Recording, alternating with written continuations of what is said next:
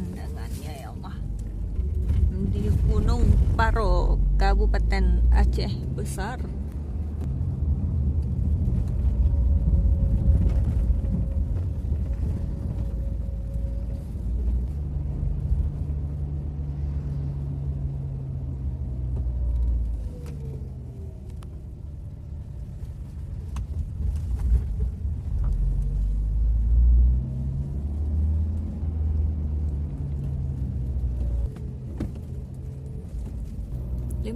Oktober 2025